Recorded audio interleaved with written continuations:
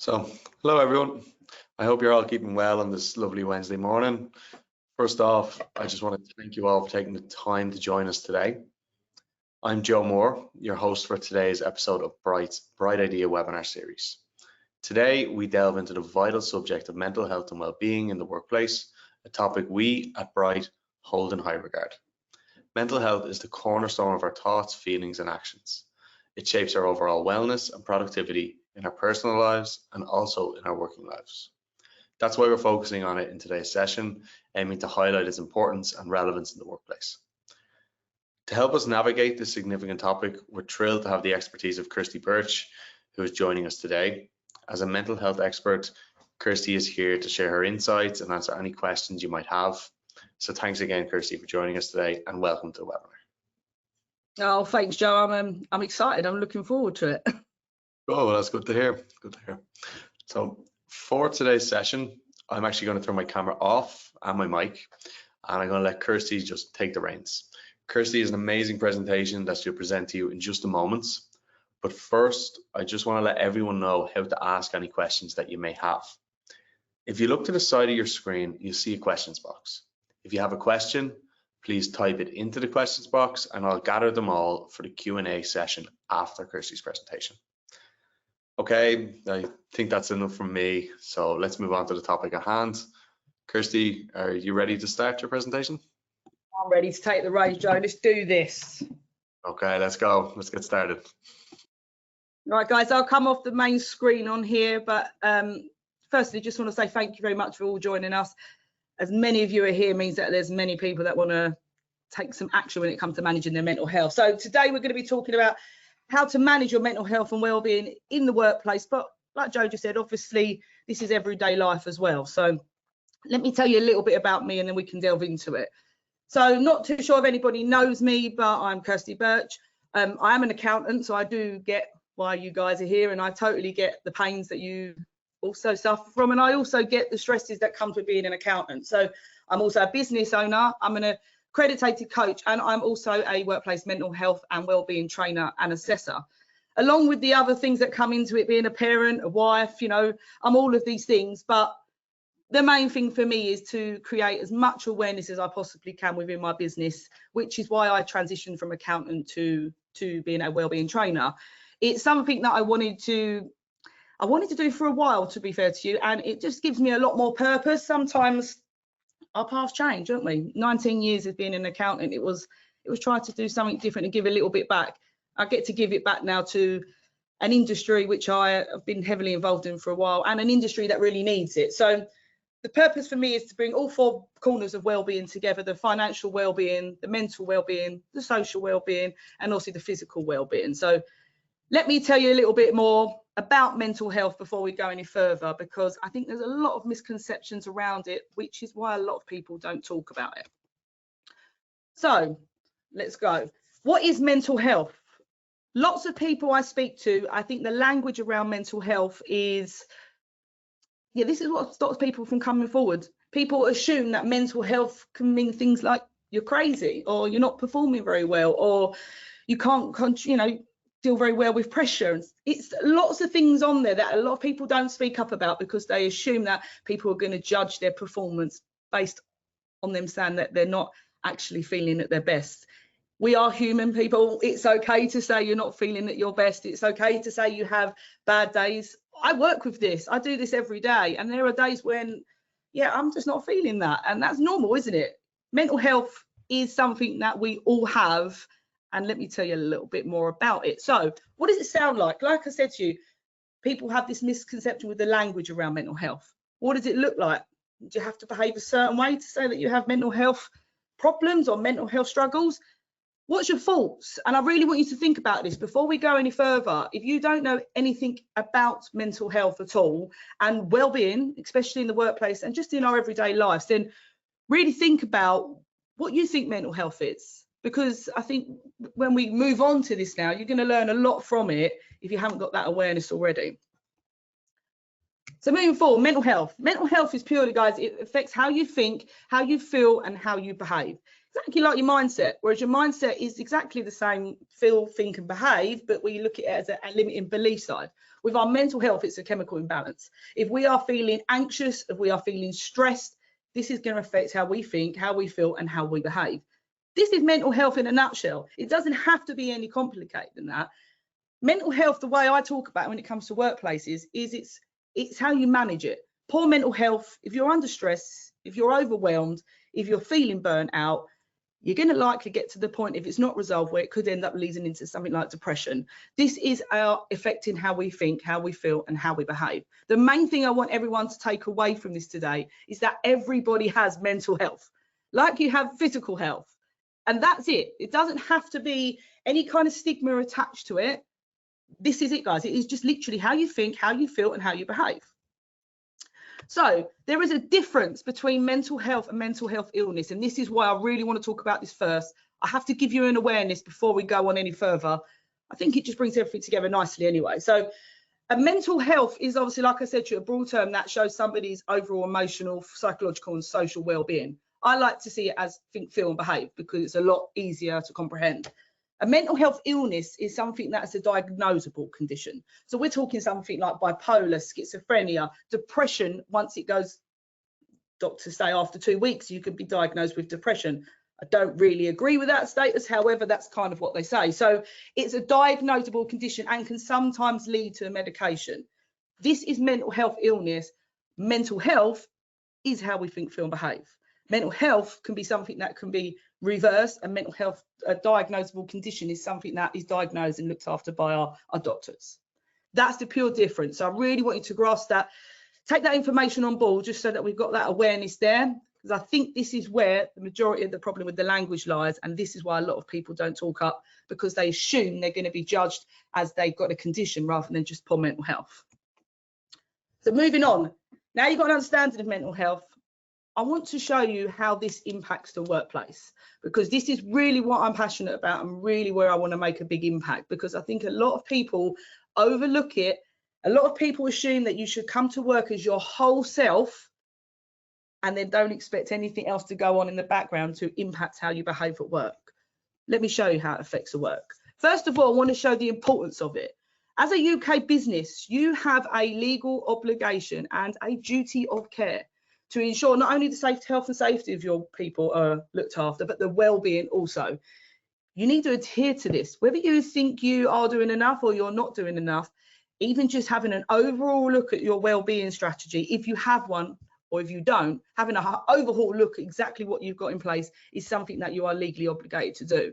So I'm not trying to frighten anybody at all like this, but this is an important thing. And I don't think a lot of people take this on board as much as they should. This is an obligation, guys, that you do have the duty of care. So moving forward with this, bear this in mind, that whether you want to do something or not, sometimes you need to, and you're going to be forced to do this. So look after your people for the right intentions and not just for the intention that obviously you are obligated to do it. Secondly, impact. Now, I really want to talk about this because as the accountant in me, this is where I can see where things go a little bit wrong. Our performance is massively impacted by our mental health. If you are struggling at work or if you've got problems going on at home, I can tell you now, you will not be in your A game when it comes to your performance. This will be really transparent to any of your managers, any of your team, and even to yourself. You're going to know if you're performing or you're not performing.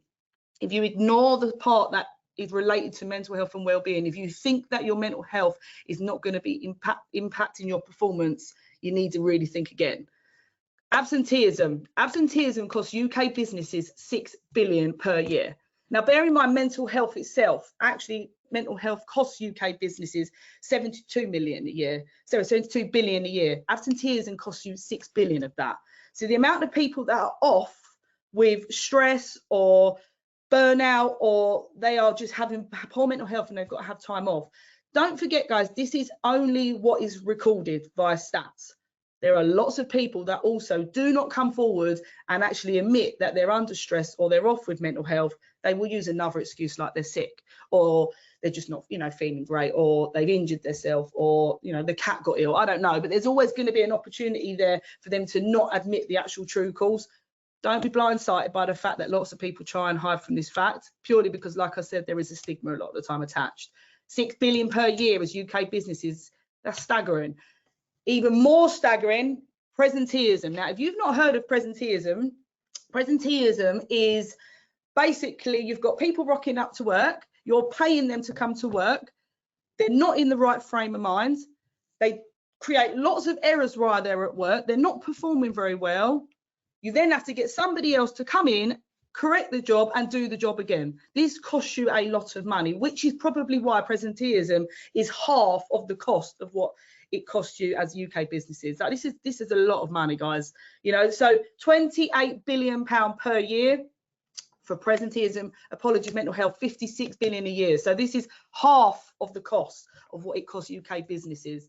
You're losing that money just by people. You're thinking they're coming to work, you're thinking they're turning up, they're doing more damage.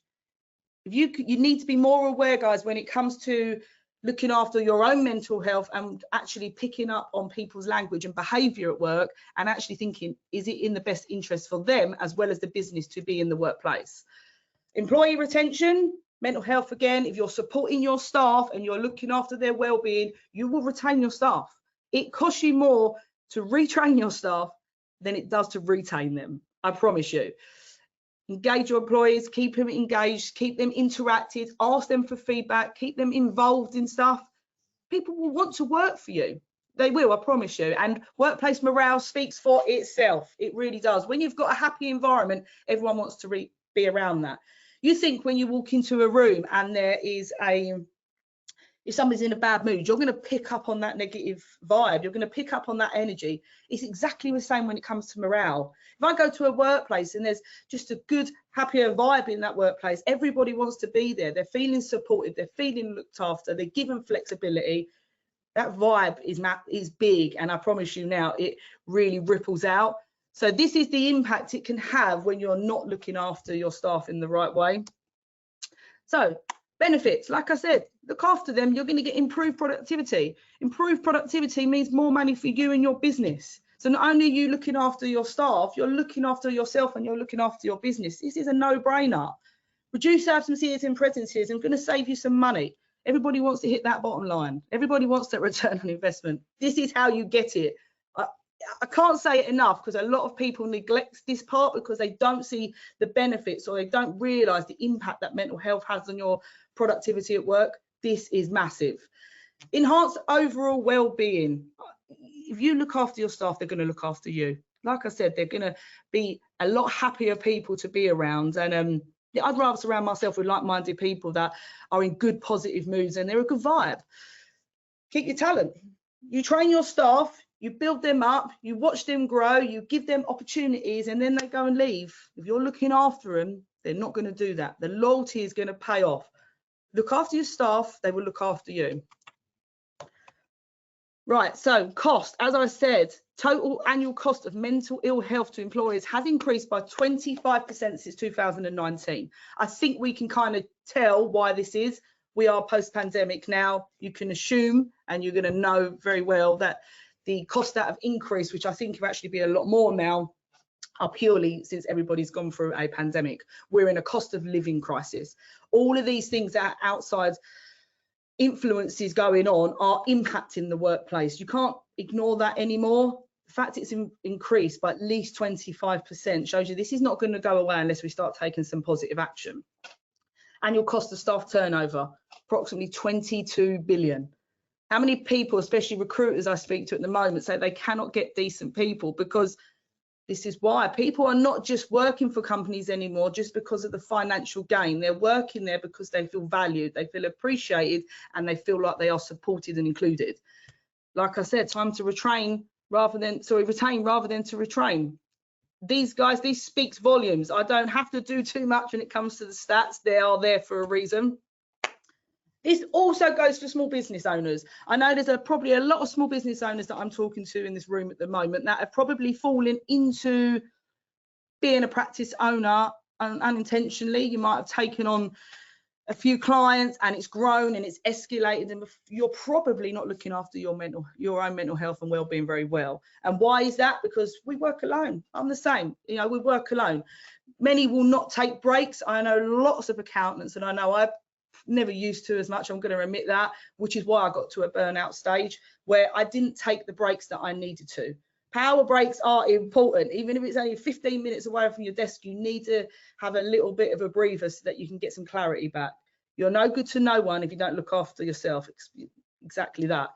So many will work ridiculous hours. Let's be honest, how many of us are small business practice owners and we have worked silly hours? We've got no one to lean on, we're doing it all ourselves, or we've got a small team. Again, once you start getting a small team, it's very hard to hand over the reins. Your mental health and your well-being is so important. You will not perform at your best if you do not feel at your best. It's important to start setting boundaries, which I can probably guarantee a lot of you don't. So mental health, like I said, responsible for 72 million working days lost, which cost us as UK businesses 34.9 billion a year. This is going to be a lot higher now. These are stats that are coming out now. Like I said, recorded stats. There are a lot of people that don't admit to this. But for every £1 that you do spend on investing into your mental health and well-being, there is a guaranteed £5 back. And do you know why? Because you make an immediate impact. Even just by you rocking up today and attending this webinar, you are going to leave with some knowledge that you didn't have. There's an impact straight away. If I can give you that and you take that away from it, impact created straight away. These are the results that you want to have. Remember, for every £1 that you invest into you and to your business, £5 return. You can show me anywhere you can get a return like that. I'll come and be your friend all day long. So let's really talk about the triggers. And the triggers, once you are aware of some of these, and you will probably identify a lot more triggers yourself. Everybody is different. Everybody has different perspectives. Like I said, everybody thinks, feels and behaves differently, okay? But the triggers, what really pushes your buttons? Think about it for a couple of seconds. I really want you to think about when you're at work and there's a lot of stress going on, or even just if you go to work today, what are the things that can really push your buttons and cause you to have a little bit of a short spur? Because like I said, everybody will have something different on this, okay? So let's dive into a few of these. Workplace triggers. Now, obviously, things that go on in our personal life, I will talk about in a moment, but some of the things that can happen in your workplace.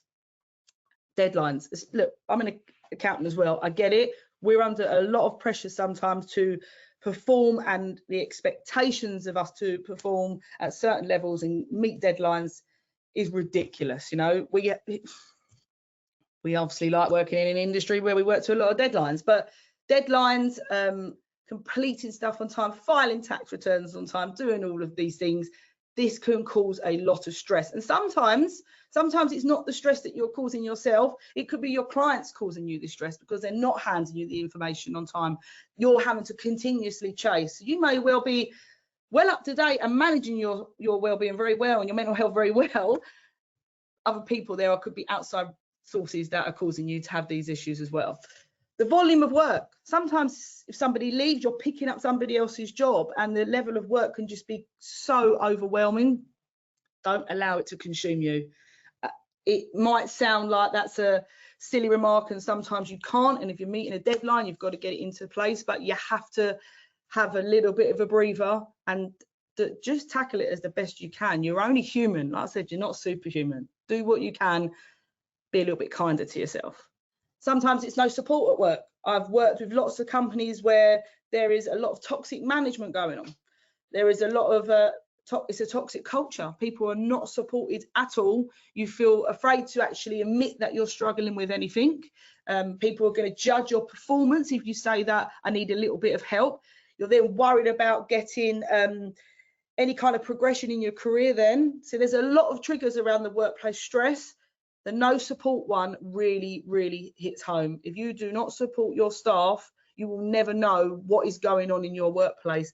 If people are continuously leaving and the staff retention is really high, there's a possibility here that your staff are not happy. And that could well be that you're not supporting them in the right way. And that comes down to communication. A lot of people assume you have to go in depth with conversations. Sometimes it's just making an effort to talk to people at the workplace. It's sometimes just making an effort to talk to your staff and just, how are you? Have you had a good weekend? Haven't seen you around for a while. You feeling okay? And if they mention to you that they're under any stress, oh, I've got a lot of deadlines, is there anything I can help you with? Sometimes you might not be able to do too much, but actually showing a little bit of empathy goes a huge way. Work-life balance. As accountants, I can admit now, and I probably assume a lot of you can as well, you probably work a lot of long hours, especially when we're hitting certain deadlines. So a lot of these kind of fall back to each other. Excessive overtime, no flexibility, no balance, saying yes to everybody, especially if you're a small practice owner and you're starting out. It's very easy to say yes because you want to get the work. You're worried you're not going to be able to get the work in as much. You've got bills to pay. I get it. If you do not get this right from the beginning as a small business owner, it's going to impact you as you grow. In fact, you won't know how to support the people that you do take on because you haven't got anything in place. If you're already an organisation where you do employ people, if you haven't got this in place now, you need to start doing it because you're going to really notice the difference in your staff otherwise. Job security, and we're living in times now where, like I said, there's a cost of living crisis. People are now worried about their jobs. We've gone through a time where people were leaving and they're flitting around to different jobs because there was a lot more opportunity out there. At the moment now, companies have, they're not around anymore, or it isn't as flush as what it used to be. So the fear of job loss by admitting that you are struggling with any kind of mental health is a big worry for people. They can't afford to do it at the moment. This is probably their lifeline they're holding on to, so they won't openly admit it. Organisation changes and uncertainty. If you've had management changeover, these can be big triggers when it comes to people feeling anxious. Anxiety is a big thing around change. Uncertainty and change is something that your manager should be trained on so that your staff are feeling okay when things like this happen, because like I said, everybody will think, feel and behave differently towards these. And in financial instability, there's no support around at work. Do you speak to your staff and educate them on financial wellness, financial well-being? Are they looking after their interests in the right way? Are they managing their money correctly? Now, even if you are only a small business owner and you haven't got the resources or haven't got the funds to pay for these resources, you can signpost people to places. And that's down to you to do a little bit of legwork with a little bit of education. But there are things that you can get in place with a wellbeing strategy that doesn't have to cost you the earth. It just has to take a little bit of your time. And do you know what? I think a little bit of your wanting to make a difference, this will make a huge difference when it comes to that. So let's look at personal triggers, because like I said, you can't bring your whole self to work and not expect any of these things to be impacting your performance at work. And it could be health. We could be talking physical health, mental health, limited mobility. Some people have conditions that just because you can't see them doesn't mean that they're not suffering with something. Chronic illnesses, family illnesses. It could be things that are going on at home where their partner's unwell. This is going to have an impact on their mental health in the workplace.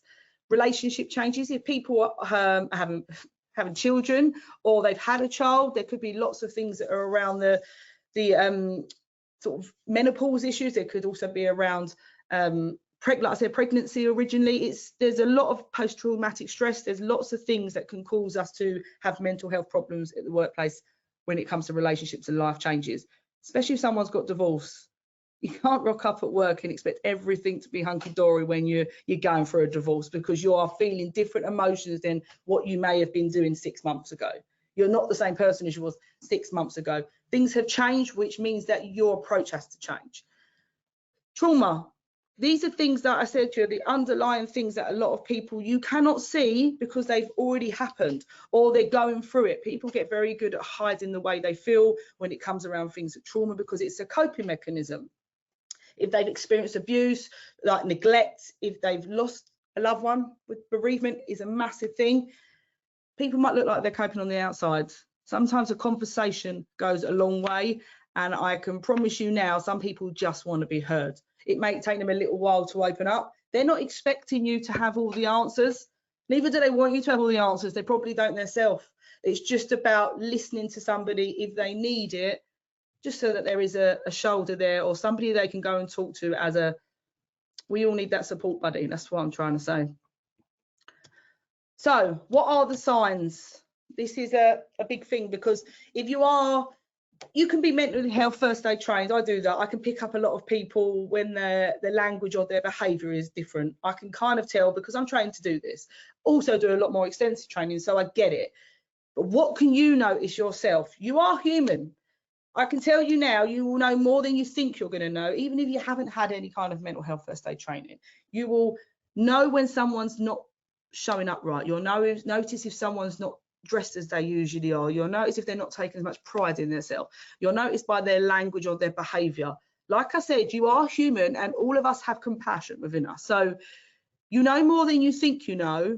The difference is, majority of time, people don't like to talk to people because they worry they may say the wrong thing or they may make the situation worse.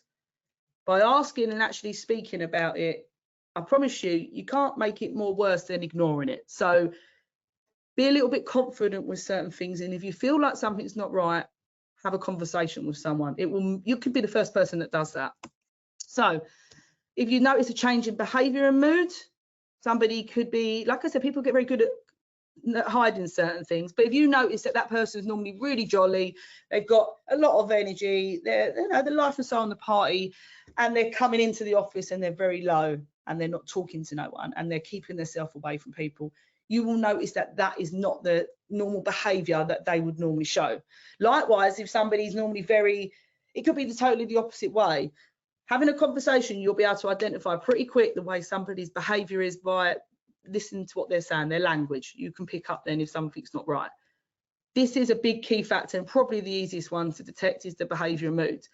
If you notice someone is not performing very well at work, if their job performance is declining, if they're normally a really, top performer and it's kind of gone out the window at the moment, there's something that there's basically possibly that something else is going on that is causing the impact of them to have the decline in their work.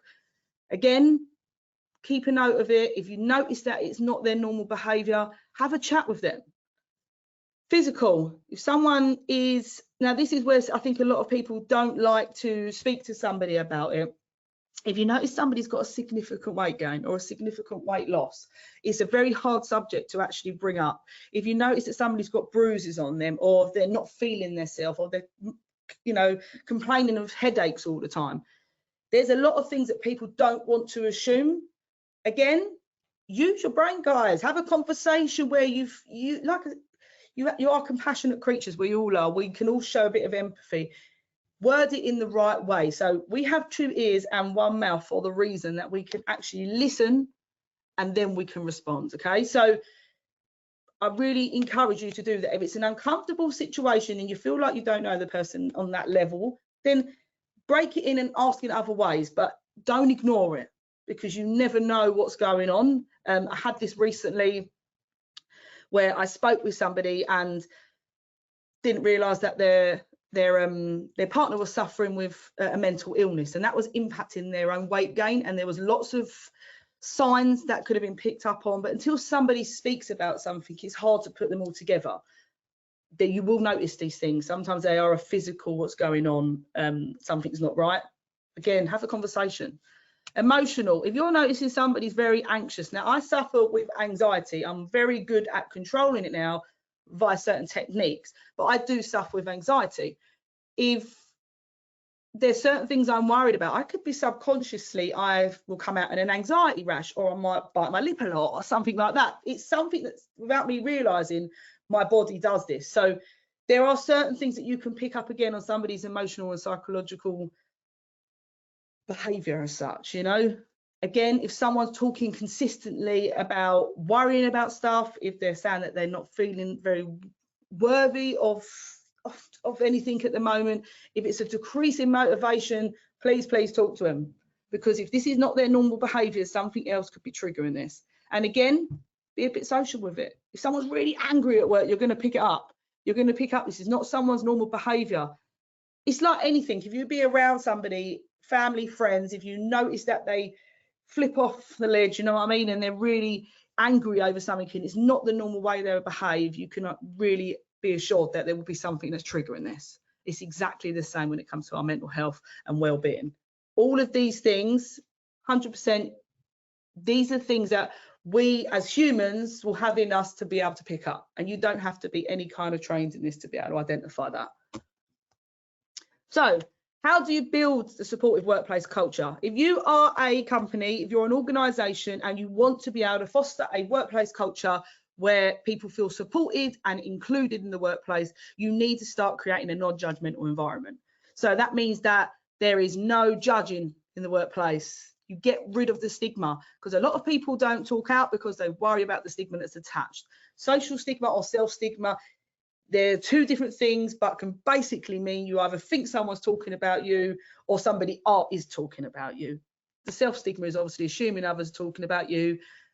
The social stigma is others have that opinion or they're judging. We need to get rid of that. We need to kick the stigma out now. We need to start creating that non-judgmental environment, and we need to get rid of that toxic culture. Encourage regular communication and feedback. A lot of people don't like feedback because they don't want to hear what's they needed to be changed. If you're communicating with your staff, you're going to, one, learn a lot more, and two, just going to create a culture where people, like I said to you, will want to be working there. They're going to build relationships. If you build relationships, you're more likely to hear people talking to one another. If they start talking to one another, you'll probably find a lot of the issues with mental health can actually be resolved just by talking with somebody. Sometimes that's all people need, and it doesn't have to escalate into anything bigger and having people off with stress, having people off with mental health. If you encourage this and get regular feedback of people, the more feedback you get, the more you learn, the more you can actually make a difference in a positive way. So if I could encourage one thing, guys, when it comes down to making your environment inclusive and engaging, is do the legwork. Don't be afraid to get in there and talk to people, and promote that work-life balance. Self-care is so, so important, and it's not selfish self-care. You know, if you encourage your employees to go home and switch off and just do something that they enjoy. And I say to people, it's not just about getting in the bath and having a chill time, you know, it's actually just about, if that's what you enjoy, then you do that. You know, I take a bath and I read a book, it makes a big difference. But self-care is doing something you enjoy for you, not for anyone else. Do what makes you feel good, because when you do what makes you feel good in yourself. If you feel good in yourself, it's going to project in your overall sort of behavior. Start managing your stress better. If you don't know how to do that, come and speak to me and I will give you some tips. It's you know, I'm happy to do that. But managing your stress is something that only you can control, because it impacts you and it impacts somebody else in such a different way. These are things that you need to identify what triggers you, and so find certain things that helps you to manage those things so that it's not triggering you in the way that you don't want it to. And if you as a company start providing training, start providing the resources, do the mental health first aid, give your team signposts to go and find these things if they want other additional outside help. If you start talking openly about awareness and showing a bit of empathy, your team are going to start to appreciate you just like they feel appreciated, and it makes a huge difference. And I'm assuming a lot of people are already offering flexible working arrangements, because like I said, we're coming out of COVID 2 years or 3 years now. These are things that we've had to do, and it's shown that it works well. If you're being realistic with the workload expectations and you're trusting your staff and you've got good relationship with them, you should be able to implement these things when it comes to flexible working. Now, if you are a small business owner, this one is for you, because I don't want to forget about the small business owners out there. Firstly, be bloody kind to yourself. Take the pressure off a bit. You know, you cook up the pressure. It's like putting you in a pressure vessel and it's so much going on. You're going to explode at one point, and this is where burnout comes in. You need to reduce the pressure. Set yourself some boundaries and be realistic with your boundaries. Take the breaks when you need. Like I said, a power break. I go out of the office after a couple of hours and I'll just have a 15-minute walk, or I'll go and make sure I get my lunch. It's just getting me out of that working environment so I can actually physically have that break, because you need it. You're too involved in it, you start losing exactly where you are. And like I said, that's when it becomes overwhelming. Be a bit more social. A lot of us isolate ourselves. When we work on our own, it can be quite lonely. So even if you're just chatting with people throughout the day, if you go out to the shop, make an effort to talk to a stranger, make an effort to talk to somebody, because it means that you're still being social. Don't isolate yourself, because there's nothing worse. And like I said, ask for help when you need it. If you need that outsourced help, ask for it. You can't do everything on your own. You're not superhuman, like I keep saying. Time management is a big thing. I set time blocks. I don't know if this will help anybody, but I'm realistic with my times. I will give myself a certain amount of time to get things done, and I will go full sort of hammer and tongs it at that time. If I don't achieve everything in that time, I don't give myself a hard time over it. Life is far too short to do that. Like I said, be a bit kind to yourself. Get that work-life balance. Find ways to manage your stress. Do a little bit of mindfulness if you need to. I'm a very energetic kind of person, and I always thought mindfulness wouldn't work for me. It does. Doesn't always silence my mind, but I give it a go and it helps me. So find something that helps you with your stress and helps you manage your stress, and you'll get that balance. Like I said, create a routine, and lastly, make time for self-care. It's exactly the same as whether you're working for somebody or whether you're a business owner. Self-care is important. If you do not look after yourself, you will be no good to nobody else. You have to make yourself a priority and look after number one. So let me just sort of wrap it up to a certain degree when we're talking about what else you can do in the workplace.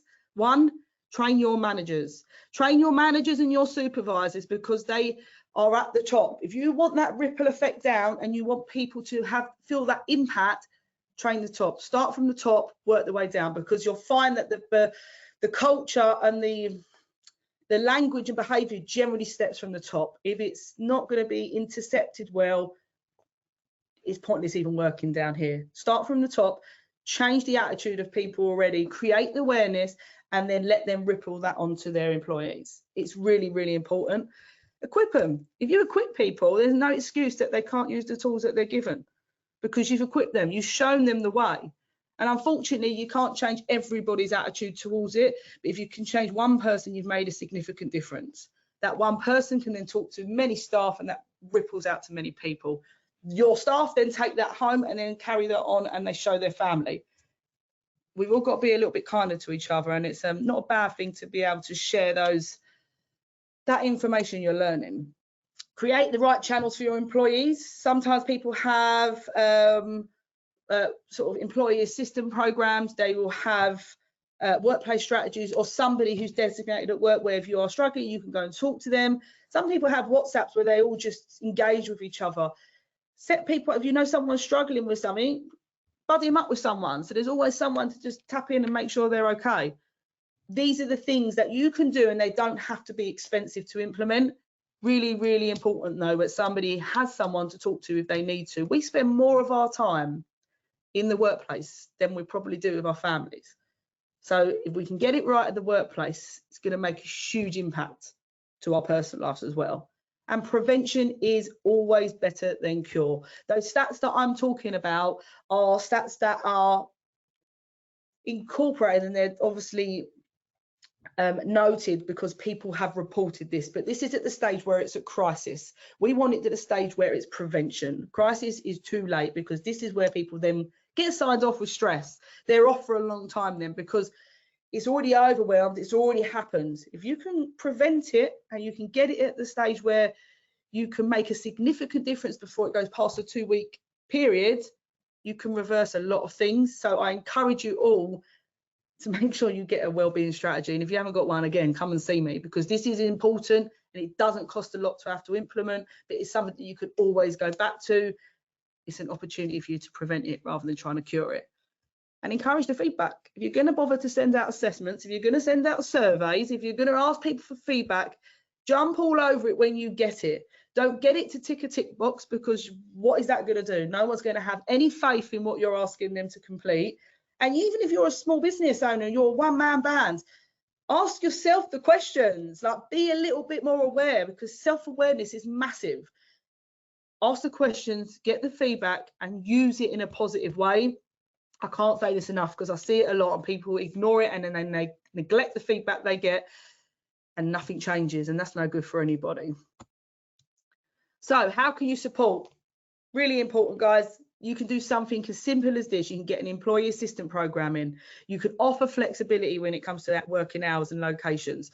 You can promote wellbeing initiatives. You can have wellbeing days. You can have mental health first aid. You can do lots of things that are going to actually make your team feel like you are supporting their well-being and you're looking after them for the right interest, because intention speaks louder than anything else.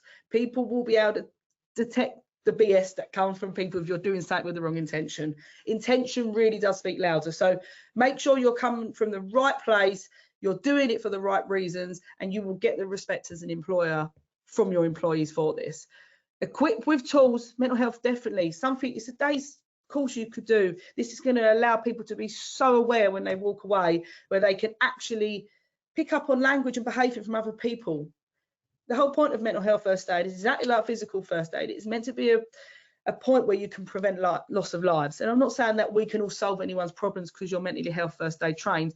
However, you can detect when someone's maybe feeling a bit lower, and if you have to signpost them or you have to get help, there is every opportunity that you're going to be a bit more equipped or feel more confident to have these conversations. They're never going to be easier, but they will be a hell of a lot easier, shall I say, when you're equipped and you've got a little bit of knowledge. So collab with some external resources.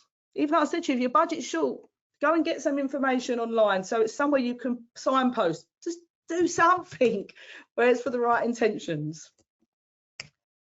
And lastly, once you've done this, as a company, how can you measure it, and how can you measure your return on investment? As accountants, we're all here to make a living. We all know what we're doing. We all want to make a return. We want to invest. We want to make sure that it's going to kind of come back for us in the right way. Firstly, you can track employee engagement, absenteeism, staff turnover rates. See exactly how many people are already having these issues, and see what the difference is when you actually equip people with tools and you change the culture around the office and the workplace. Because I can assure you now, you'll probably notice a reduction in absenteeism. The staff turnover will start to change. People will want to be at work. You can really, really do this, like I said to you, if you really take the feedback and you actually collect the data that's needed. Measure your healthcare costs. A lot of us probably get private healthcare through work. If we do get that, what's the utilisation on that? Monitor it and see if any of that significantly changes. You can then tell the impact that you're having by making these positive changes, and it can physically be shown in utilisation.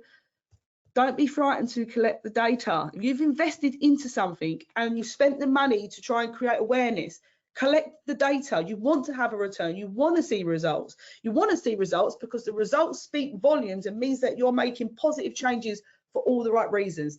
This makes a big way for anybody else coming into the work then. The younger generation, they want to be supported, they want the flexibility, and they want their mental health to be looked after. Start paving the way for the new people coming in, and you get the opportunity to innovate this. Employee feedback testimonials, I've spoken about this. Get the testimonials of staff. Once you've trained them up, ask them what their feedback is. Once you make it comfortable for people to talk, I promise you now, there is every opportunity they will talk. Once you know what issues are, you've got every opportunity to change it. So this quick roundup recap before we kind of end off the day. What is mental health? If anything, people, take this away with you. It's how you think, it's how you feel, it's how you behave. That is it. A mental health condition is a diagnosable condition. Think of it that way. Mental health, like your physical health, we've all got it. Mental health condition is if it's a diagnosable condition, something that somebody would generally go to a doctor and be diagnosed. Mental health, just how you think, feel, and behave. We've all got it. Number two, remember, 2 ears, 1 mouth. Take it away now, so use them in that order. If there's anything today, communication is really, really important. People just want to be listened to. So just every time you speak to someone in any walk of life, doesn't matter what conversation you have, you will retain so much more information if you just listen first, let them speak, and then reply. Makes a huge, huge difference. And I think something that a lot of us struggle with. I had to work on this because I talk a lot. So number 3, self-care. If I can tell you all anything, it's to make sure you look after yourself. You cannot help anyone if you've not looked after yourself. And we are in different times now. We have so many opportunities where we get to do things in this world now, which makes us feel better. Do what makes you feel better. Life is far, far too short to sit here and work all the time and put pressures on ourselves. You might not be here tomorrow. Start living your life for all the right reasons, and looking after yourself is number 1. And if I can leave you with anything, guys, it's to make sure you take that action, make those positive changes in your workplace for you, your business, and your employees. You'll be remembered for all the right reasons. And lastly, my little gift to you, really, you can download this wellbeing scorecard. So wellbeing obviously has 4 corners of it, like I said earlier: your financial wellbeing, emotional wellbeing, physical wellbeing, and social wellbeing. Your emotional comes into that as well as your mental health. Download this from my website. If you haven't connected with me on LinkedIn, it's in my little bio. Answer the questions on it and see what work you can actually work on yourself. Do this as an individual. You don't have to do this as a business. Any businesses at the moment, I'm offering a free wellbeing audit, so you get that opportunity. But this is my gift to you. Go away and see what your wellbeing scorecard is. Identify the areas that you need to sort of scrub up on, and give yourself an opportunity to do it. And like, guys, if you don't know what I do, this is what I do on here. I offer lots of different workshops, training, programs, coaching, all of these things. You can find this all on my website, which will be at the end. And yeah, I don't want to bore you too much with that. Anyone wants to connect with me on LinkedIn, there's my LinkedIn details. Come and find me, take a photo of this, and all my details are online. But my main intention is to make the heavy feel light. I want people to feel at their best and perform at their best. The accountant in me wants that productivity there. I can't help it. And I want that return for all of my clients. But I also want to make sure that in the process, I'm making sure everyone feels better in their self, because yeah, that's what life's about, isn't it? Supporting each other. But I hope this has been beneficial for you all. I hope you've enjoyed it. And yeah, I've enjoyed it, even though I'm talking to a screen and I can't see no one. But I've enjoyed being on here. So Joe, I'm going to hand back over to you, I'm assuming, because this is the time for questions. I'm ready and I'm waiting. Yeah, absolutely. I'll pop back on now. Kirsty, thanks so much for doing that presentation. I'd say it was absolutely brilliant. It's really insightful, and I know I learned a lot, and I'm sure everyone on the call did too. Brilliant. I suppose, yeah, you'll be delighted to know that we have had plenty of questions come in just while you were talking. That's why I only gave it 10 minutes. I thought I'd better not overwhelm myself. Yeah, although we have a big long list of them here, so we'll get straight in and try to get into it. Now, if anyone does have any more questions, please just send them in. I'll keep my eye on it just to see what else pops up. Yeah, the easiest way is probably for me to just get straight in and go one by one. So the first question here just asks, what do you think of the male stigma in mental health? I think it's really rife, if I'm honest with you. I'm trying to make a big difference when it comes to men's mental health, because I think the men's suicide rates are a lot higher for women. There's a reason for that. Men don't talk enough. And if it's something that I can make a difference with, I'm trying to work with some charities at the moment that focus on just men's mental health.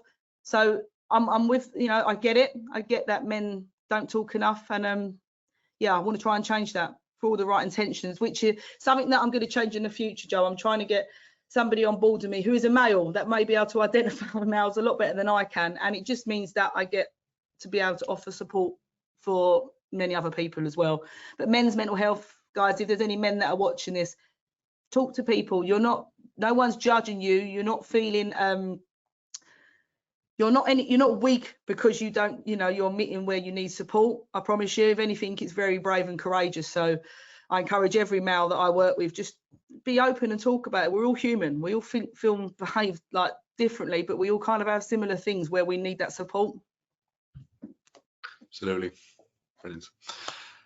Next question here I see just asks, do you think the social isolation with remote working affects mental health? I think it depends, because I know lots of people that actually enjoy having that little bit of time away from the office. Some people just feel like they're more productive then, but I do still encourage them to really get out there and interact with people, even if it's only one day a week, just to do something where they're not just feeling isolated, because it can be tough. And this is, like I said to you earlier, when you work on your own, it's the same thing. We've all probably experienced this anyway. But yeah, it can have an impact on your mental health if you're not managing it right. If you're in control of it and you feel like you have a good balance, then fair play. But if you feel like you're actually feeling like more of a recluse, get back out and start talking to people. As uncomfortable it is, it gets easier. Great. Next question here just asks, I have an employee who took some time off work as she's dealing with some mental health issues. Is there anything I can do to make her return to work as easy as possible for her? I think you can speak to her. I would 100% speak to her. If she's been off for certain issues, then speak to her and find out, have a wellbeing action plan in place. This is something I can actually really advise to. Obviously, HR will help you on that in more regards, but a wellbeing action plan is something that they can say to you, these are certain triggers that I know have a negative impact on me, or I feel more uncomfortable when I do this, because then you can stage something back into work in a good way. It's slowly, I've got somebody close to me at the moment that's been off work. They've been off 10 weeks and they've gone back after having time off from stress. The worst thing they've done now is walk straight back in. It's like everything was normal. They cannot handle the pressure. It's too much going on and no one's actually spoken to them. So I promise you, speak to them, you'll learn a lot and find out what triggers are obviously impacting her. See if you can make the work pressure a little bit lower and just integrate it back in easier. Perfect. Next question here is, one of my colleagues seems very withdrawn the past few months. How can I check in without seeming nosy? Okay, again, just have a normal conversation. Like, you don't have to overthink it. If you, just like you would a family member or a friend, if you're generally concerned about someone, just have a talk about the weather or something, you know, like that. We're British, we love doing that. Just start any conversation where it can be, I've noticed lately you're not feeling yourself. Is there anything I can help you with? Is there anything going on? I think you making the effort to ask somebody and notice that makes a huge difference. I think that's what a lot of people don't realise, is that they think they're being nosy, but no, you're not being nosy. You're actually being considerate, and you've taken the time to actually notice that somebody's not feeling great. I'd appreciate that more than I wouldn't not appreciate it. That makes sense. Absolutely. There's another question here, and it just says, I'm an employee in a practice and I am struggling with my mental health, but I don't think my manager will be receptive to talk about this topic. What should I do? This is something I hear a lot. I think is, first of all, see if there's any kind of employee assistance program. The employee assistance programs is what a lot of companies have in place. They're not expensive to have in place, and it's a benefit for you. If you have that in place, definitely reach out at the point now before it gets to the stage where you're at a crisis point and you have to sign yourself off work. See if there's any support or anything in place. If you don't feel like a manager is approachable, find out also if there's anybody else you can talk to. If there's anybody in the workplace that you can talk to outside of the management. Joe, this is something I see a lot where managers are not very supportive, and when you're not supportive, you have no idea what's going on like this. So for one, see if there's anyone else you can talk to. Two, see what benefits are out there. And if there's nothing at work, then they can always give me a message and I can signpost some people that can speak to them about these things before it gets to a certain stage. Yeah, brilliant. I'm just going to speed through the next few because I want to make sure we try and get everything answered. So the next one asks, what do you think is the right amount of time to schedule mental health initiatives in my practice? I want to make it a priority, but I don't want to berate my staff. Yeah, I totally get that. I think if you have, depending on the amount of staff that you have, if you create some awareness, first of all, awareness is the most valuable tool you can give to anybody. If you have you can have a mental health awareness program, Joe, for like half a day, and people are going to take away so much value from that. It means that the conversations are okay to have. People have got a little bit more understanding about, you know, symptoms, signs, behaviour. Absolutely, just booking something like that. Get yourself a wellbeing, mental health awareness course or something booked on. It's going to take half of your day up of your time of your staff. It allows that support in the workplace, first of all. If you're going to go down the road where you want to have a wellbeing strategy and there's certain elements that you want to bring in, you can stagger these things. They don't have to be overwhelming. I think just showing that you're doing something is better than not doing anything. Perfect. Another one here, just I know you mentioned the courses there, and somebody actually asked and said that they wanted to bring in a speaker for their practice to talk about mental health. They were wondering, did you do courses like that, or do you have a recommendation for anyone that would? No, I do courses like that, Joe. Come see me. I know, I'm just asking the questions as they come. No, anything that's around mental health, assessments, training, first aid courses, anything like that, come and see me, and we'll bespoke it to your practice, because everybody obviously does different things. So it's not just a standard kind of workshop that you can have, we can tailor make it so it suits your needs. Perfect. And I'm just a bit conscious of time here, Kirsty, so I'm just going to take 2 more quick questions. And there's one, the first one here just says, I have an employee who's extremely judgmental. I've tried to cut this out by talking with him and it got better for a while, but it's clear that he's reverting to his old habits and didn't respond well when I mentioned it again. I'm not really sure what to do here. Well, being judgmental is not a great place, anything like that in the workplace. So again, I think there's some awareness that needs to be provided there. If you people don't know what they don't know, if that makes sense. So I think if that was me, I'd be implementing some awareness there so that they can actually see the impact they're having on somebody else by having that sort of judgmental behaviour. Okay, perfect.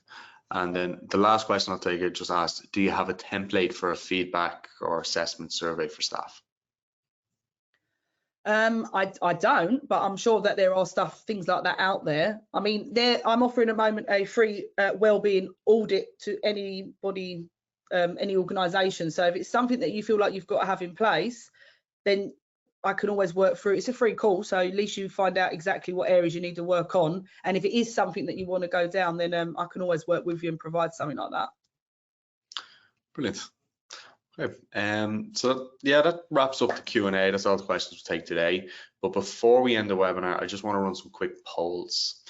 So first poll here, well, again, Kirsty, I just want to thank you again for joining us. I'm sure the attendees learned a lot. Very welcome. Thank you very much for having me. For our attendees, I want to give you the opportunity to hear more from Kirsty. So if you do want to hear from her again, please indicate so with the poll on your screen. And I'll just give you a minute to do this. Okay, so that brings us to the end of the webinar. We have included a short survey which will pop up on your screen when the webinar ends. So we appreciate any feedback you can provide. Thanks again for joining us today. And Kirsty, a big thank you from everyone here at Bright. Thank you very much.